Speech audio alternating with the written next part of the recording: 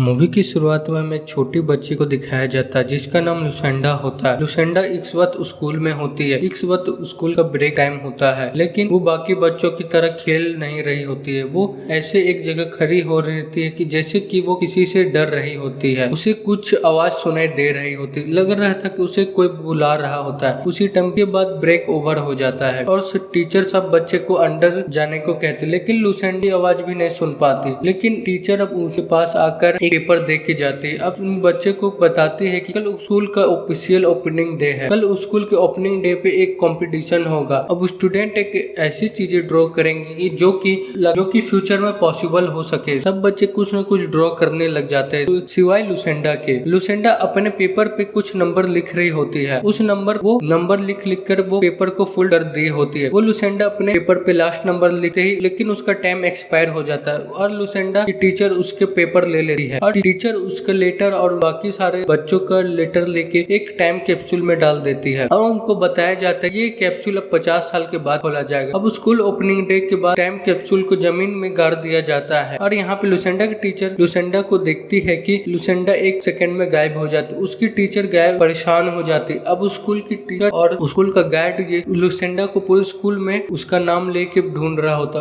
लुसेंडा की टीचर उसके ढूंढते ढूंढते बेसमेंट में पहुंच जाती है, जहाँ पे एक कमरे से एक आवाज आ रही होती। वो जैसे उस रूम को खोलती है कि वहाँ पे लुसेंडा खड़ी होती है। वो बहुत ज्यादा डरी हुई होती। उसके फिंगर से ब्लड आ रहा होता है। अब उसे देखने पे नजर आ रहा होता है कि डोर पे कुछ नंबर लिखे होता है। ये वही नंबर होते जो कि उसे अगल बगल में सुनाई दे रहे होते और वो जिन आखिरी नंबर पे पेपर पे नहीं लिख पाई थी, उसे अगल बगल में उसे इर्द गिर्द जो आवाज आ रही थी उसे वो डर रही। वो अपने टीचर को कहती, प्लीज इन आवाजों को बंद कीजिए। अभी में 50 साल गुजर जाते हैं। हमें एक साइंटिस्ट को दिखाया जाता है जो कि अपनी वाइफ मरने बाद डिप्रेशन में चला गया होता है। यहाँ पे साइंटिस्ट का एक बेटा दिखाया जाता है जिसका नाम केलब होता है। नेक्स्ट डे केलब के स्कूल में 15 एनिवर्सरी थी। अब जो कि 50 साल पहले जो लेटर जमीन के अंदर डाला गया था वो टाइम कैप्सूल का निकाला जाने वाला था। अब उस काम के लिए स्कूल के टीचर मिस टेलर को बुलाया जाता है जो कि लुसेंडा के टीचर होती है। टाइम कैप्सूल से सभी बच्चों को लेटर दे दिए जाते हैं जिसमें केलब को भी लेटर मिलता है, लेकिन केलब के जो लेटर मिलता है वो सारे बच्चों की तरह ड्राइंग नहीं होता। उसके लेटर में नंबर होते जो कि उसके पास लुसेंडा का लेटर मिला हुआ होता है। वो उस लेटर में नंबर पढ़ते हुए उसके अगल बगल में अलग कुछ आदमी दिखने लगते हैं या कुछ आवाजें उसे सुनाई देने लगती है, जैसे कि लुसेंडा को सुनाई देती है। उसे लगता है कि उसकी आवाज बहुत दूर से आ रही होती है, लेकिन वो दोबारा वो आवाजों को गौर कर रहा होता है, लेकिन वो आवाज बंद हो जाती है। घर आ जाने के बाद साइंटिस्ट और उसका बेटा बात कर रहे हो, ये लेटर का कुछ न कुछ मतलब है वो, लेकिन वो फिर उस लेटर को इग्नोर कर देता। कुछ देर के बाद जॉन अपना गिलास उस लेटर पे रख देता है। वहाँ पे पेपर पे कुछ नंबर सर्कल हो जाते हैं। वो जैसे उस नंबर को एक बोर्ड में लिखा है कि उसे पता चलता है एक ये डेट है जो कि उस दिन बहुत बड़ा एक ब्लास्ट हुआ होता है जिसमें बहुत सारे लोग मरे हुए होते हैं। वो जैसे उस पेपर को दोबारा नजर डालता है कि उस पेपर पे वो नंबर भी लिखे हुए होते जितने लोग उस दिन मारे हुए होते हैं। वो देख के वो साइंटिस्ट शॉक में आ जाता है। वो बाकी नंबर को भी व्हाइट बोर्ड में लिख रहा होता है, इन्वेस्टिगेट कर रहा होता है। इन्वेस्टिगेट करने पता चलता है कि वो पेपर में जितने भी नंबर होते हैं वो फिजूल नंबर नहीं होते, यानी कि वो तो कोई डेट होती है या तो कोई फिगर्स होती है, तो डिजास्टर या तो कोई अर्थक्वेक या तो कोई घटना के बारे में बता रही हो। जिस साल लुसेंडा ने लिखा था लेटर, उस दिन से लेकर आज तक जितने भी इस धरती पे रजिस्टर हुए होते हैं वो सारे सीक्वेंस में लिखे हुए होते हैं और जो कि जितने भी डिजास्टर जिस उस डेट में हुए होते हैं वो साइंटिस्ट रेड कलर में मार्क करता है और जितने लोग मरे हुए होते हैं वो ब्लू कलर में मार्क करता है। कुछ नंबर ऐसे भी होते हैं कि जो कि कैलकुलेट नहीं कर पा रहा था। नेक्स्ट डे अपने एक फ्रेंड को मिलता है, वो उस पेज के बारे में बताता है। वो बताता है कि इस पेज में जितने भी नंबर होते हैं या तो कोई डिजास्टर या तो उस डिजास्टर में जितने भी लोग मरे हुए होते हैं, और वो उसे बता रहा होता है कि इसमें कल की भी डेट मेंशन की है जिसमें 80 लोग मर जाएंगे। लेकिन उसके फ्रेंड्स को इस बात पे बिलीव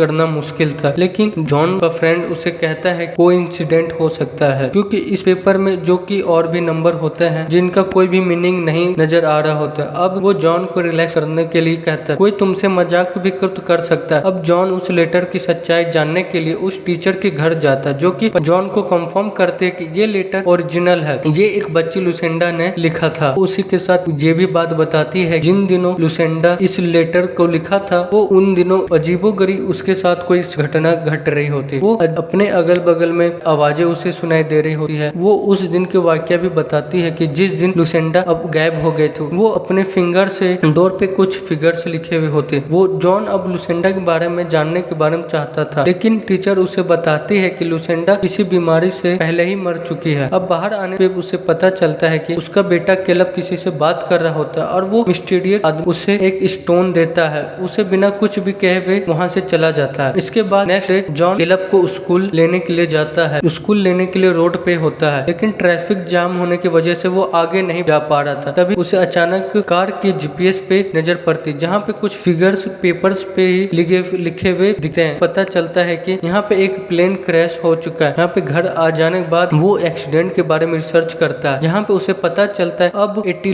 लोग मारे चुके हैं, यानी कि जो भी उस पेपर में लिखा हुआ था वो सच होता है। यहाँ पे कैलब के रूम पे एक मिस्टीरियस आदमी को दिखाया जाता है जो कि कैलब को ब्लैक स्टोन दिया होता है। वो कैलब को विंडो के बाहर पे फ्यूचर का एक सीन दिखाया जाता है, जहाँ पे सब कुछ जल रहा होता है। यहाँ पे लोग अपने जान बचाने के लिए भाग रहे होते हैं। कैलब उसे डर कर वहाँ पे चिल्ला देता है। जॉन अपने बेटे के पास जल्दी से आता है, लेकिन तब तक वो मिस्टीरियस आदमी वहाँ रूम से चला गया होता है। जॉन उसे उस विंडो के बाहर में देखता है। वो जैसे उस आदमी को पकड़ने के लिए जाता है, वो आदमी वहाँ से गायब हो जाता है। अब नेक्स्ट डे किसी न तो किसी तरह से लुसेंडा के बारे में इंफॉर्मेशन लेते हुए उसकी बेटी तक पहुँच जाता है। उस लड़की का नाम डियाना होता है। वहाँ पे जॉन यानी कि उसकी मदर लुसेंडा के बारे लेटर के बारे में बताता है, जिसकी प्रेडिक्शन सच हो रही होती है। यानी उसके साथ वो बताता है कि वो 3 दिन के बाद एक एक्सीडेंट होगा जिसमें 33 लोग मारे जाएंगे। अब जॉन उसे कह रहा होता है कि मुझे तुम्हारी मदद की जरूरत है, वो उन सब लोगों को बचाने के लिए। यहाँ पे लेकिन डियाना को उसकी बात बकवास लग रही होती है, इसलिए वो अपनी बेटी के साथ वो वहाँ से चली जाती है। वहाँ पे वो जाने के बाद एक टीवी पे एक न्यूज सुनता है जिसमें नेक्स्ट डे टेररिस्ट के बारे में बता रहे हो। वो उस पेपर के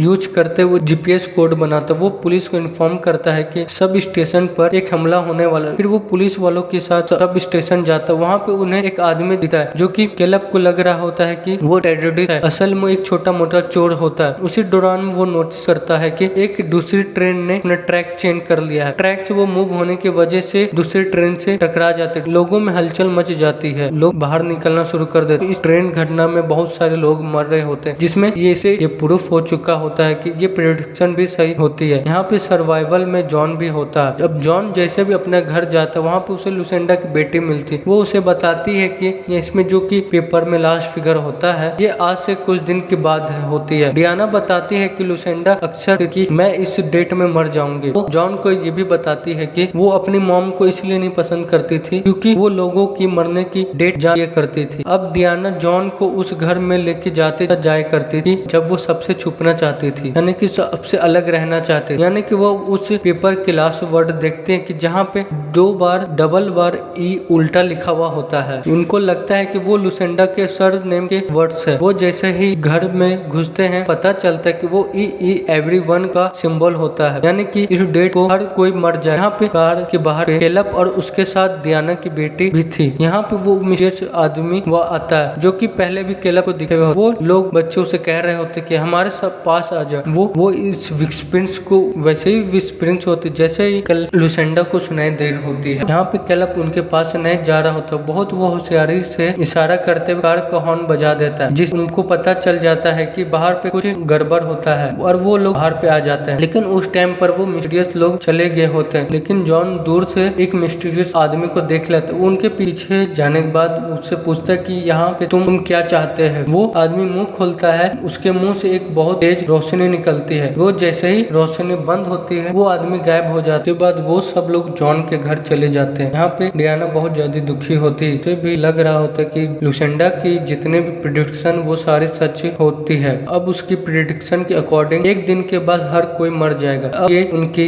एक साथ आखिरी रात होती है। अब उसके बाद कुछ समय के बाद लुसेंडा की डॉटर एक ड्राइंग बनाती है, जिस ड्राइंग से अंदाजा होता है कि नेक्स्ट डिजास्टर सूरज की तरफ से आएगा। अब वो फौरन अपने ऑफिस आता है। वो सोलर रेडिएशन को देखता है जिसकी रीडिंग बहुत नॉर्मल होती है, जिसकी सूरज से स्वाइन निकलने वाली होती है जो कि पूरे सोलर सिस्टम को तबाह कर सकती थी। जॉन के घर आ जाने के बाद कैलब भी वैसा ही लेटर लिख रहा होता है जैसा लुसेंडा लिख रही होती है। जहाँ कैलब की नजर आता है कि कुछ लेटर उस डोर पे लिखा हुआ होता है। वो जल्दी से वो स्कूल जाता है। वो उस डोर को लेकर आता है अपने घर पे, लेकिन उसके घर आ जाने से पहले डियाना अपनी बेटी और कैलब को लेकर एक केव में छुपने के लिए चली जाती ताकि वो सन डिजास्टर से बच सके। वो जॉन उस डोर से नंबर नंबर पढ़ता है उनको कैलकुलेट करता है कि उसे पता चलता है कि ऐसी भी जगह है जहाँ पे इस डिजास्टर से बच सकता है। लेकिन घर आने पे वो डियाना के साथ कोई भी नहीं मिलता। अब वो उनके पीछा करने के लिए जाता। अब यहाँ पे डियाना को देखते जहाँ पे गैस स्टेशन पे आती है। यहाँ पे न्यूज में बताया जाता है कि इस अर्थ पे एक बड़ी मुसीबत आने वाली, जहाँ पे हर कोई को एक अंडरग्राउंड शेल्टर की जरूरत पड़ रही होती है। यहाँ पे डियाना को कॉल करती है कि वो कहाँ पे है। वो जॉन उसे बताता है कि हमारे पास एक ही जगह है जहाँ पे हम इसे बच सकते। वो लुसेंडा का वो घर है कि जो हमेशा छुपने के लिए जाया करते। वो वहाँ पे फोन पे बातें कर रहे होते, उसकी कार को चुरा लेते हैं। अब भी डियाना भी एक कार को चुराते और अपने कार को पीछा कर रही होती, लेकिन तेजी में उसकी कार का एक्सीडेंट हो जाता है। अब वो अपनी मदर लुसेंडा की अकॉर्डिंग डियाना भी उसी टाइम मर जाती है। जॉन किसी न किसी तरह से उसकी घर में पहुंच जाते, जहाँ पे वहाँ पे ब्लैक स्टोन नजर आ रहा होता है। यहाँ पे कैलब के पास भी होता है। वो कुछ पे जॉन को मिस्टीरियस आदमी नजर आ रहे होते। वो उसे शूट करने वाला होता है। उसका बेटा कैलब उसे रोक देता है। ये लोग हमें बचाने वाले हैं। वही लोग होते कि जो कि डिजास्टर के बारे में बता रहे होते, जो कि लुसेंडा इनकी आवाजें पहले सुन रही होती। अब वो कभी कभार